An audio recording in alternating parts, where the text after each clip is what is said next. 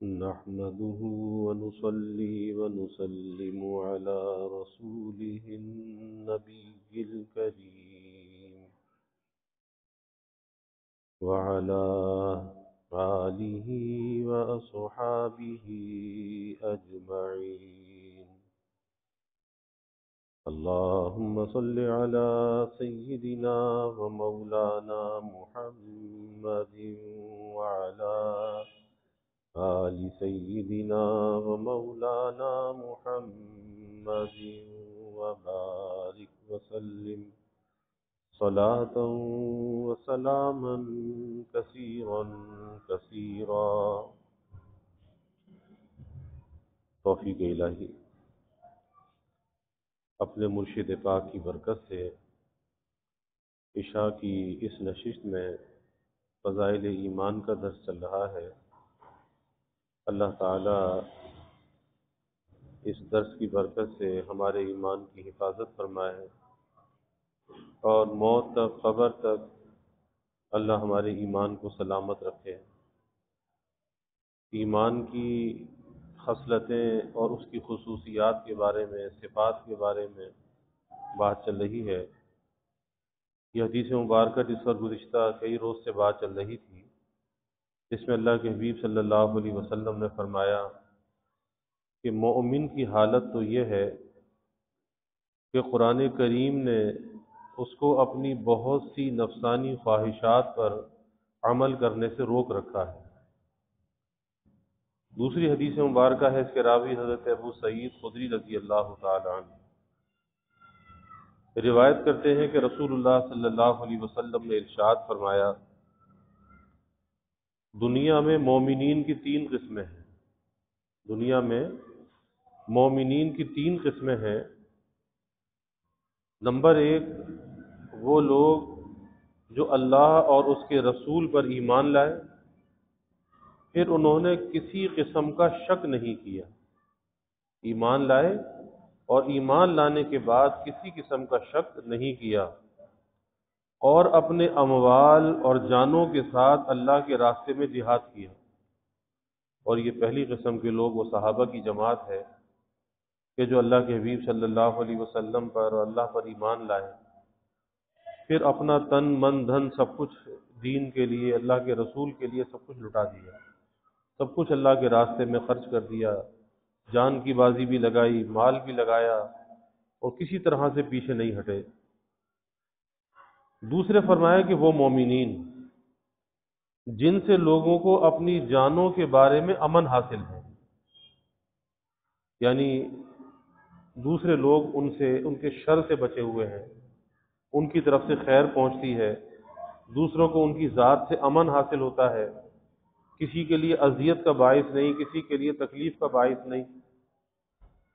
اور تیسری قسم وہ مومنین جن کو کبھی طمع لاحق ہوتی ہے تو وہ اس کو اللہ کے لیے چھوڑ دیتے ہیں. اب یہ تین قسم کے لوگ بیان فرمائے. تو پہلی تو وہ قسم ہے کہ جو اللہ اور اس کے رسول پر ایمان لائے، پھر اس میں کوئی شک نہیں کیا. اور حقیقت یہی ہے کہ اللہ اور اس کے رسول کی پر جب ایمان آدمی لے آئے تو یہ ایمان ایسا ہے جو ہر قسم کے شکوک سے، شبہات سے بالا تر ہے. اب کسی قسم کا کوئی شک نہیں ہونا چاہیے، بلکہ نعمت ایمان پر اور اللہ اور اس کے رسول کی نسبت کے لگ جانے پر ہمیشہ اللہ تعالیٰ کا شکر ادا کرنا چاہیے کہ یا اللہ تو نے ایمان کی دولت عطا فرمائی اور اپنے حبیب صلی اللہ علیہ وسلم کا امتی بنا دیا. اور حکیم الامت حضرت تھانوی رحمۃ اللہ علیہ فرماتے تھے کہ ہمیشہ اپنے ایمان حاصلہ موجودہ پر اللہ کا شکر ادا کیا کرو. جو آدمی اپنے ایمان حاصلہ موجودہ پر اللہ کا شکر ادا کرتا ہے تو اللہ تعالیٰ کا وعدہ ہے لَإِن شَكَرْتُمْ لَأَزِيدَنَّكُمْ، کہ میری نعمت پر میرا شکر ادا کرو تو تمہاری نعمت کو بڑھا دوں گا. تو جب ایمان کی نعمت پر آدمی اللہ کا شکر ادا کرے گا تو اللہ اس ایمان کو بڑھائے گا، اس ایمان میں اللہ ترقی عطا فرمائے گا. اور مجدد تھانوی رحمۃ اللہ علیہ فرماتے تھے کہ جب آدمی کی موت کا دن ہوگا، دنیا سے جانے کا دن ہوگا، چونکہ یہ اپنے ایمان پر شکر کر رہا ہے، اس کا ایمان بڑھ رہا ہے، اب جب دنیا سے جانے کا وقت آئے گا تو اس کے پاس سب سے زیادہ ایمان موجود ہوگا۔ تو یہ پہلی جماعت صحابہ کی جماعت تھی کہ جنہوں نے بڑے مجاہدوں کے بعد ایمان کی دولت کو حاصل کیا۔ سلمان فارسی کہاں سے چلے؟ فارس سے چلے، اور بڑے باپ کے بیٹے تھے، لیکن اس دین کی تلاش میں، دین حق کی تلاش میں ایک راہب کے پاس گئے، پھر دوسرے راہب کے پاس گئے، اور یہاں تک کہ پوچھتے پوچھتے بالآخر ان کو غلام بنا کر بیچ دیا گیا، اور یہ مدینہ طیبہ پہنچ گئے۔ اس حال میں حضور صلی اللہ علیہ وسلم کی خدمت میں پہنچے تو اسلام حاصل کرنے کے لیے کیسی کیسی مشقتیں برداشت کی۔ حضرت بلال حبشی رضی اللہ تعالی عنہ حبشہ کے رہنے والے سیاہ فام ہیں، لیکن جب ایمان قبول کر لیا تو ان کی مالکن اتنی ظالم تھی کہ تپتے ہوئے ریت پر انہیں لٹایا جاتا تھا، ان کے سینے پر سل رکھی جاتی تھی۔ لیکن کیسے وہ لوگ تھے کہ ان کے ایمان میں ذرہ برابر بھی کمی نہیں آئی۔ وہی بات جو اللہ کے حبیب صلی اللہ علیہ وسلم نے فرمایا کہ وہ لوگ جو اللہ اور اس کے رسول پر ایمان لائے اور پھر انہوں نے کسی قسم کا شک نہیں کیا، اور یہاں تک کہ بڑی بڑی پیشکشیں کی جاتی تھی، مال و دولت کی، منصب کی، عورت کی، کسی طرح سے ان کا ایمان ڈگمگا جائے، لیکن صحابہ کا ایمان ایسا قوی تھا کہ اس میں ذرہ برابر بھی کوئی لغزش نہیں آئی، کوئی کوتاہی نہیں آئی، بلکہ اپنے نبی صلی اللہ علیہ وسلم سے جو عشق اور محبت کا تعلق تھا، آج دنیا کے اندر وہ عشق اور محبت کسی کو ہو نہیں سکتا، تو صحابہ کو آپ صلی اللہ علیہ وسلم سے تھا۔ اس لیے آج ایسے لوگ بھی موجود ہیں کہ حضور صلی اللہ علیہ وسلم جن کے ایمان کی تعریف فرما رہے ہیں، اور آج ایسے بدبخت لوگ بھی موجود ہیں جو صحابہ پر اعتراض کرنے والے ہیں۔ تو ایسے لوگوں سے دور رہنا چاہیے، نہ ان سے دوستی ہونی چاہیے، نہ ان سے کوئی قریبی تعلق ہونا چاہیے، نہ ایسوں سے میل جول ہونا چاہیے کہ جو صحابہ پر تنقید کرنے والے، صحابہ کی توہین کرنے والے، ان سے کوئی واسطہ نہیں، کیونکہ جو حضور جن کے ایمان کی تعریف فرما رہے ہیں، بھلا ان جیسا ایمان کسی کا ہو سکتا ہے؟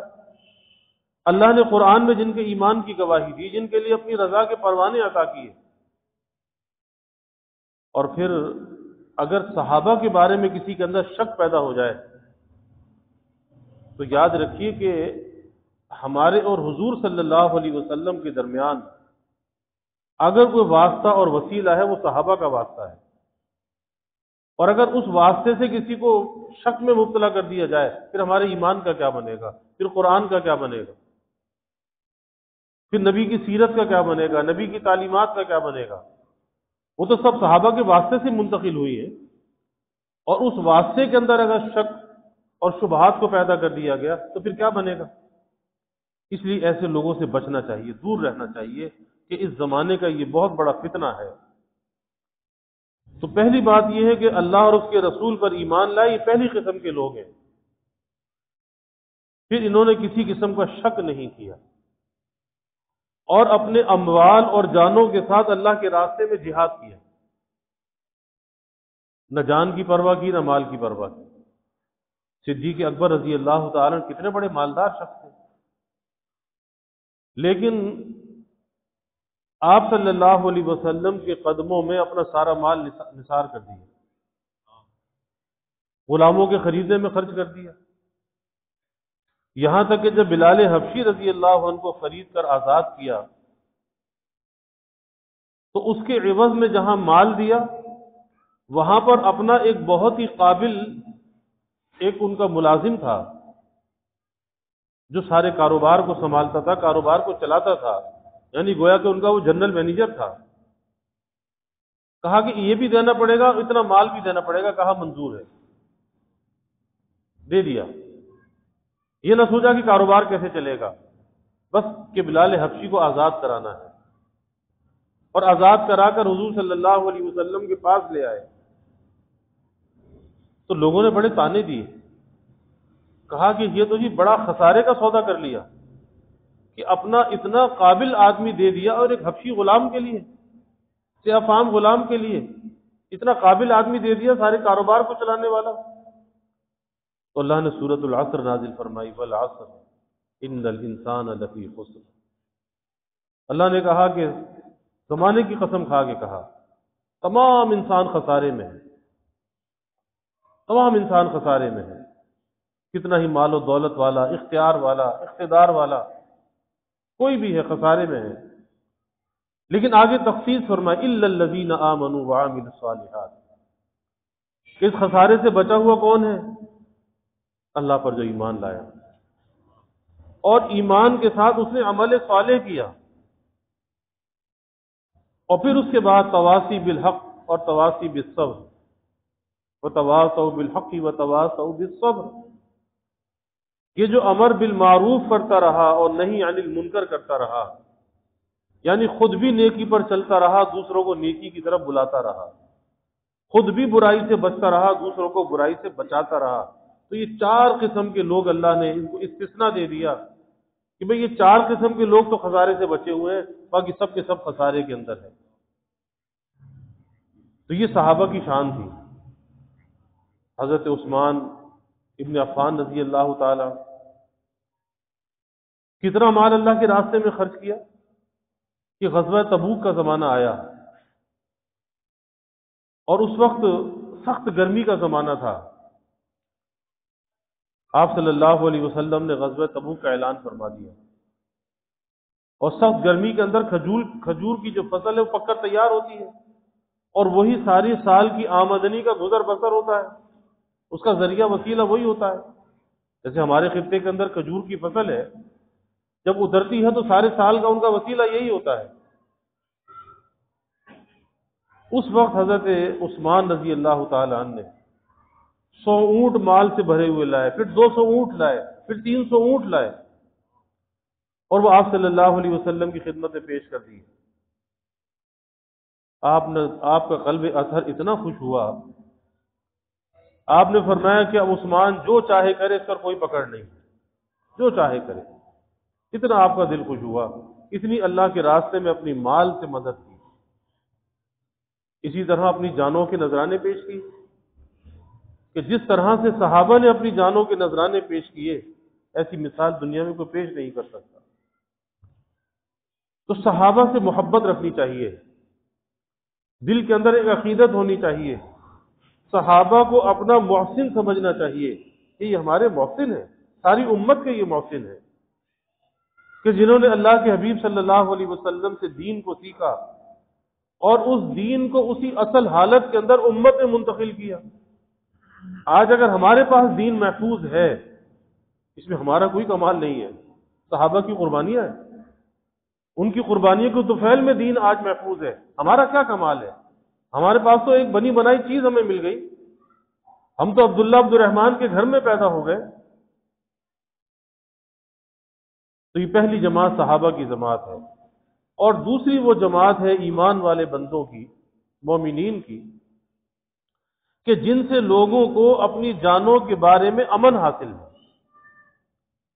اور یہ بہت بڑی بات ہے کہ انسان کی ذات سے دوسروں کو امن حاصل ہو۔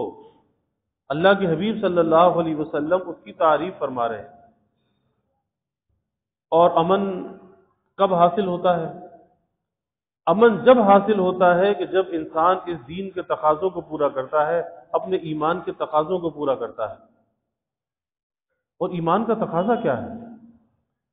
اللہ کے حبیب صلی اللہ علیہ وسلم نے مسلم کامل کی، مومن کامل کی پہچان بیان فرمائی نا، المسلم من سلم المسلمون من لسانہ و یدہ، کہ مسلمان کامل وہ ہے کہ جس کی ہاتھ اور زبان سے دوسرے مسلمان محفوظ رہے۔ اور ایک دوسری روایت میں آپ صلی اللہ علیہ وسلم نے فرمایا، اور ابھی وہ پہلے وہ روایت گزر چکی ہے، کہ تم اس وقت تک ایمان والے نہیں ہو سکتے جب تک کہ اپنے بھائی مسلمان کے لیے وہی چیز پسند نہ کرو جو اپنے لیے پسند کرتے ہو، اس وقت تک تم ایمان والے نہیں ہو سکتے۔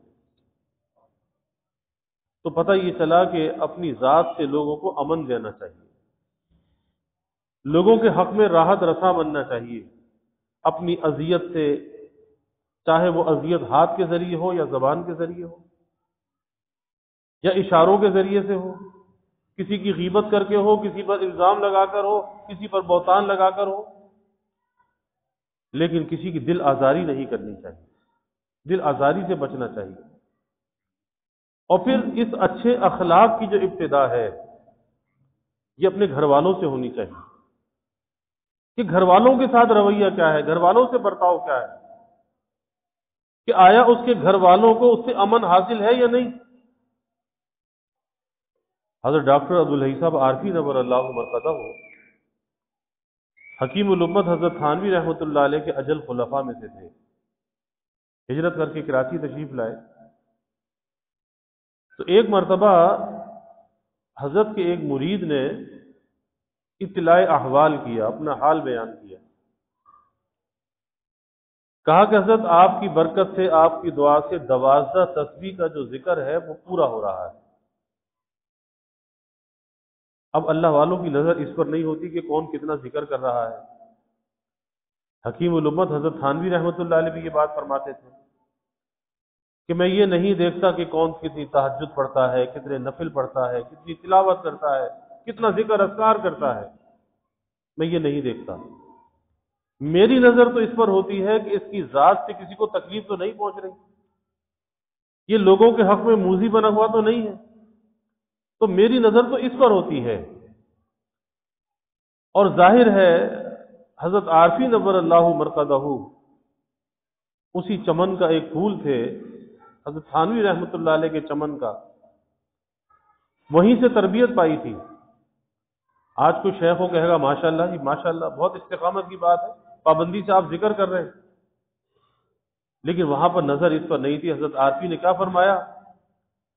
فرمایا کہ بھائی یہ جو رات کو 13 تسبیح کا ذکر کرتے ہو،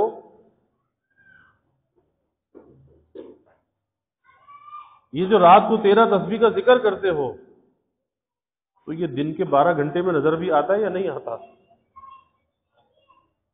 تمہاری زبان کیسے چلتی ہے، تمہاری آنکھ کا استعمال کیسا ہے، تمہارے کانوں کا استعمال کیسا ہے، تمہارے ہاتھوں کا استعمال کیسا ہے، اور تمہاری ذات سے کسی کو تکلیف تو نہیں پہنچ رہی، بالخصوص اپنے گھر والوں کو۔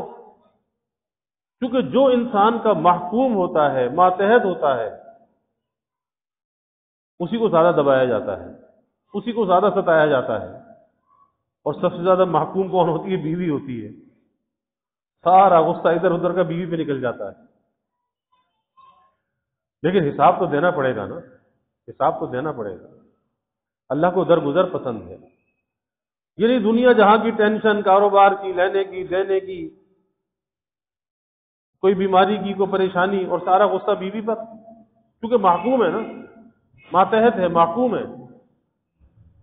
درگزر کرنا چاہیے، غصے کو پینا چاہیے، کیونکہ غصے کا گھونٹ جو ہے نا، یہ تمام مشروبات میں سب سے بہترین مشروب ہے، اللہ کے حبیب صلی اللہ علیہ وسلم نے فرمایا، اور اہل جنت کی پہچان بھی یہ بیان فرمائی۔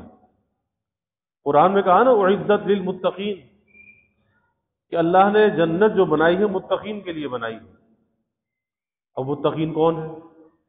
آگے اس کی تفصیل کو بیان کیا، الذین ينفقون فی السراء والضراء، کہ وہ ایسے ہیں، وہ جو جنتی ہے نا، جن کے لیے اللہ نے جنت کو بنایا ہے، ان جنتیوں کی پہچان کیا ہے؟ ان کی پہچان یہ ہے کہ تنگی اور فراخی میں وہ خرچ کرتے ہیں۔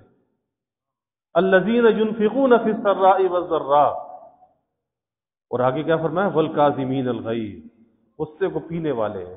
کون؟ اہل جنت جو ہے، جنتی جن کے لیے اللہ نے جنت کو بنایا ہے۔ والکاظمین الغیظ، غصے کو پینے والے ہیں، کاظم غیظ ہیں۔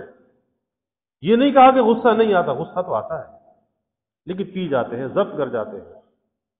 اور پھر اس سے بڑھ کر کیا؟ والعافین عن الناس، اور لوگوں سے درگزر کرنے والے ہیں۔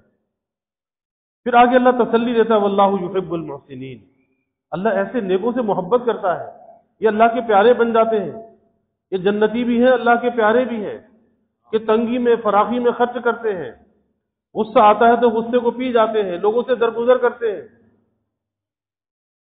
تو باہر تو لوگ درگزر کر دیتے ہیں، لیکن گھر میں درگزر نہیں کرتے۔ باہر تو درگزر کر دیتے ہیں، اور گھروں میں یہاں تک نوبت ہوتی ہے کہ معمولی معمولی باتوں پر اتنی تکرار بڑھ جاتی ہے، تلخیاں بڑھ جاتی ہیں کہ ایسے ایسے لوگ بھی ہیں ایک ایک سال بیوی سے بات نہیں کرتے، دو دو سال گزر جاتے ہیں بیوی سے بول چال بندے، رہتے اسی گھر میں ہیں۔ اب بھلا یہ بھی کوئی زندگی ہے کہ میاں بیوی کا تعلق ایک بڑی پیار محبت کا الفت کا تعلق ہے کہ اللہ نے اس تعلق کی حقیقت بیان کی، وَجَعَلَ بَيْنَكُمْ مَوَدَّةً وَرَحْمَةً، یہ تمہارا جو جوڑ بنایا ہے، تم میں سے تمہارا جوڑ بنایا، اللہ نے اپنی نشانی بتایا، وَمِنْ آيَاتِهِ أَنْ خَلَقَ لَكُم مِّنْ أَنفُسِكُمْ أَزْوَاجًا لِتَسْكُنُوا إِلَيْهَا، اللہ کہتا ہے میں نے تم میں سے تمہاری ہماری نشانیوں میں سے ہے، آیات ہی فرمایا، نشانی اللہ کی نشانی ہے، بیوی کیا ہے؟ اللہ کی نشانی ہے کہ تم میں سے تمہارا جوڑ بنایا، کس لیے؟ لِتَسْكُنُوا إِلَيْهَا، تاکہ تمہیں سکون حاصل ہو، اور یہ نہیں کہ شوہر کو سکون ملے اور بیوی بے سکون رہے، ارے بھائی دونوں ایک دوسرے کے لیے سکون کا ذریعہ ہیں، ہن لباس لکم وانتم لباس لہن، وہ تمہارا لباس تم اس کا لباس، لتسکنوا الیہا وجعل بینکم مودۃ ورحمہ، کہ پہلی چیز کیا کہ ایک دوسرے سے سکون حاصل ہو، اور کس لیے ہے یہ رشتہ؟ محبت کے لیے، مودت کے لیے، پیار کے لیے، تلخیوں کے لیے نہیں ہے، آج اس کو تلخ بنا رکھا ہے۔ تو بات یہ چل رہی تھی ایمان والوں کی صفت اللہ کے حبیب صلی اللہ علیہ وسلم نے بیان فرمائی کہ وہ مومنین جن سے لوگوں کو اپنی جانوں کے بارے میں امن حاصل ہو، ارے اپنے گھر والوں کو امن دے گا تو باہر والوں کو بھی دے گا، یہ نہیں باہر والوں کو تو امن دے گھر والوں کو امن نہ دے، یہ بھی کوئی زندگی ہے؟ پہلا حق تو گھر والوں کا ہے۔ آپ نے فرمایا نا کہ تم میں بہتر مومن وہ ہے جو خوش اخلاق ہے، اچھے اخلاق والا ہے، اور اچھے اخلاق والے مومنین میں وہ زیادہ بہتر ہے جو اپنے گھر والوں سے زیادہ اچھے اخلاق والا ہے، اچھے برتاؤ والا ہے۔ اور آپ نے فرمایا کہ میں تم سب میں اپنے گھر والوں سے سب سے بہتر برتاؤ کرنے والا ہوں۔ خالی اللہ کے حبیب صلی اللہ علیہ وسلم نے زبانی تعلیم نہیں دی بلکہ عملی تعلیم دی ہے، اپنے عمل سے ثابت کیا کہ گھر والوں سے کیسا برتاؤ ہونا چاہیے۔ تو دوسرے وہ مومنین جن کی آپ صلی اللہ علیہ وسلم تعریف فرما رہے ہیں کہ جن سے لوگوں کو اپنی جانوں کے بارے میں امن حاصل ہے، یہ نہیں ہے کہ شوہر صاحب گھر پہ گئے تو بیوی بھی سہم گئی، بچے بھی سہم گئے، کہ نہ معلوم کون ظالم کوئی جابر کوئی گھر میں داخل ہوا کہ بچے بھی ایک طرف کو سہم گئے، بیوی بھی سہم گئے، اب نہ معلوم کیا قیامت ڈھائے گا۔ نہیں، اللہ کے حبیب صلی اللہ علیہ وسلم گھر میں داخل ہوتے تو گھر میں داخل ہوتے تو سلام فرماتے ہیں۔ اب کتنی خیر و برکت ہے کہ گھر میں آپ بھی داخل ہو، سلامتی کی دعا دیتا ہوا داخل ہو، گھر والے جواب دیں، اسے سلامتی کی دعا دیں، کتنی عجیب یہ ملاقات ہے، پھر چہرے پر مسکراہٹ ہوتی، گھر والوں کی دلجوئی فرماتے، اپنے ساتھ بٹھا کر کھانا کھلاتے، گھر والوں کا کام کرتے، گھر کے برتن دھو لیتے، گھر میں جھاڑو لگا لیتے۔ یہ ہے زندگی۔ یہ نہیں ہے کہ انسان انا کا پجاری بن جائے کہ بس سارے کام آرڈر پہ ہونے چاہیے، اور ذرا چائے کے کپ میں دیر ہو جائے۔ ایک صاحب نے کیا نا، سکھر کا ہی واقعہ ہے کہ صبح آفس جانا تھا، ناشتے میں تھوڑی دیر ہوئی، غصہ آ گیا صاحب کو، اور بیوی کو 3 طلاق دے کر گھر سے نکل گئے۔ اب اندازہ لگائیے کیا عالم ہوگا غصے کا، اب اندازہ تو لگائیے کہ وہ انسان کے روپ میں بھیڑیا ہوگا، انسان نہیں ہوگا۔ ارے بھائی اس کی بھی مجبوری ہو سکتی ہے نا، وہ بھی انسان ہے، کسی دوسرے کی مجبوری نہیں سمجھ میں آتی، بس اپنی ضرورت کا خیال ہے کہ میری ضرورت پوری ہو جائے، دوسرے کی پہلے رعایت کرنی چاہیے، سامنے والے کا پہلے خیال کرنا چاہیے، بعد میں اپنی ضرورت کو دیکھنا چاہیے۔ پھر تیسری قسم وہ بیان فرمائی کہ وہ مومنین جن کو کبھی طمع لاحق ہوتی ہے، دنیا ہے نا، دنیا کی چمک دمک، دنیا کی مادیت، دنیا کا مال و دولت اپنی طرف مائل کرتا ہے، تو فرمایا کہ وہ اس کو اللہ کے لیے چھوڑ دیتے ہیں۔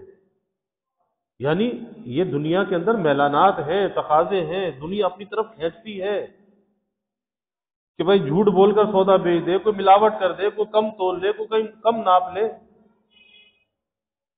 کسی کی میراث پہ قبضہ کر لے، کسی کے قرض لے کے واپس نہ دے۔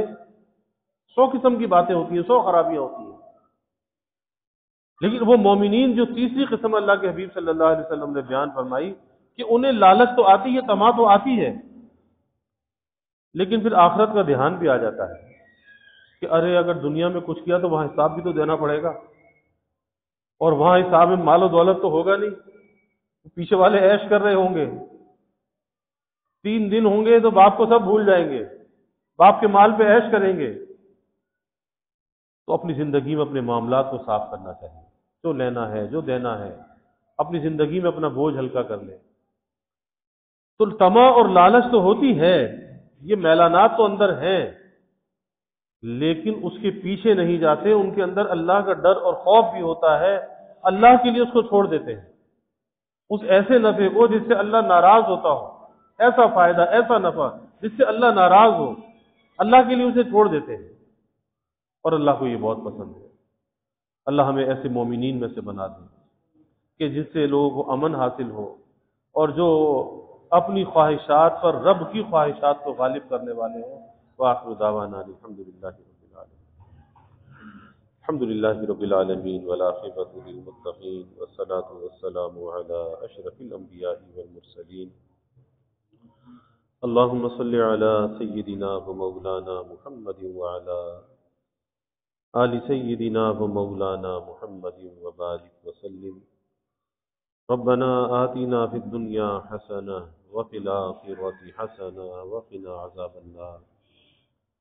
ربنا اتمم لنا نورنا واغفر لنا انک علی کل شیء قدیر۔ اللہم اعنا علی ذکرک وشکرک وحسن عبادتک۔ اللہم وفقنا لما تحب وترضى من القول والعمل والفعل والنیة والہدى انک علی کل شیء قدیر۔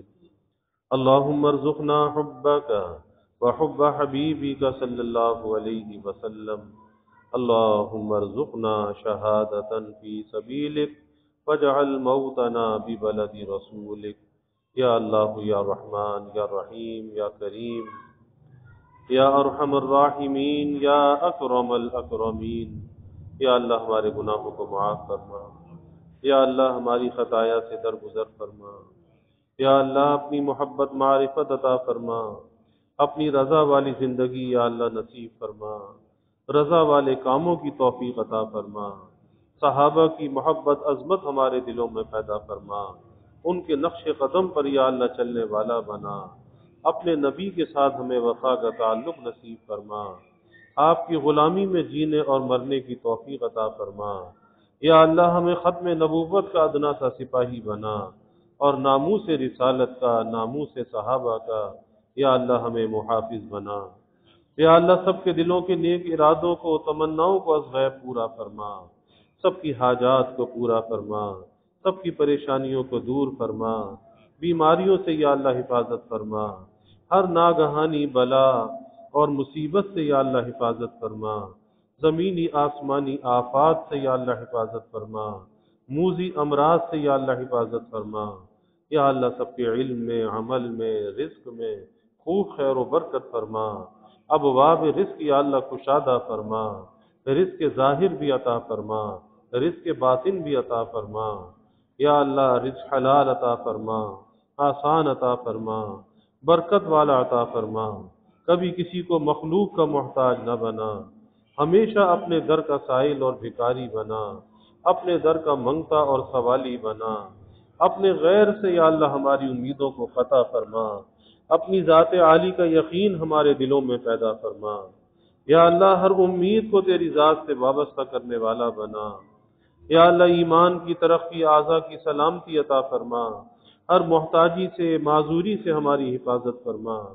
یا اللہ ہمارے ملک پر اپنی رحمتوں کا نزول فرما، اس ملک کو امن کا، سلامتی کا گہوارہ بنا، ہر قسمی بد امنی، بے چینی، بے سکونی کو دور فرما، ہر قسم کے انتشار سے، افتراق سے اس ملک کی حفاظت فرما۔ یا اللہ ہر قسم کی دہشت گردیوں سے، فرقہ واریت سے، مذہبی منافرت سے اس ملک کی حفاظت فرما، اس ملک میں رہنے والوں کی حفاظت فرما۔ یا اللہ جو اس ملک میں انتشار اور افتراق پھیلانا چاہے، اے اللہ تو اسے تباہ و برباد فرما، اسے نشان عبرت بنا، کیفر کردار تک پہنچا، ایسے لوگوں کو بے نقاب فرما، ایسوں کے وجود سے اس ملک کو پاک فرما۔ یا اللہ مہنگائی کے گرانی کے عذاب سے نجات عطا فرما، سب کے گزر بسر کو آسان فرما۔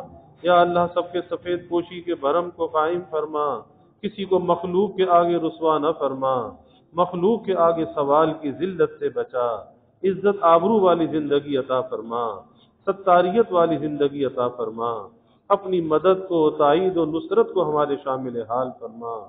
یا اللہ ہمیں بے یار و مددگار نہ فرما، سب کے گھروں میں چین، سکون، عافیت، راحت عطا فرما، نعمتیں، برکتیں عطا فرما، گھروں کے ماحول کو جنت کا نمونہ بنا، ادائے حقوق اور حفظ حدود کی توفیق عطا فرما، آپس میں محبت، الفت پیدا فرما، نفرت کو، عداوت کو دور فرما، ناجائز غصے سے حفاظت فرما۔ یا اللہ سب کی اولادوں کو نیک صالح بنا، آنکھوں کی ٹھنڈک بنا، والدین کے لیے راحت کا ذریعہ بنا، والدین کو اولاد کی خوشیاں دیکھنا نصیب فرما۔ یا اللہ جو بے اولاد ہیں نیک صالح اولاد عطا فرما، جو اولاد نرینہ چاہتے ہیں نیک صالح بیٹے عطا فرما۔ یا اللہ جو بچے بچیاں بے نکاحے بیٹھے ہیں، یا اللہ نباہ والے جوڑ کے رشتے عطا فرما، تمام والدین کو اس فریضے سے سبکدوش فرما، والدین کی آنکھوں کو ٹھنڈک اور راحت عطا فرما۔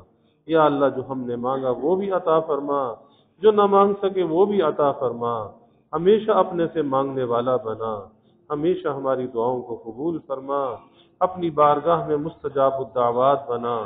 ربنا تقبل منا انك انت السميع العليم وتب علينا انك انت التواب الرحيم وجزى الله عنا محمدا صلى الله عليه وسلم ما هو اهله وصلى الله تعالى وسلم على النبي الكريم آمين برحمتك يا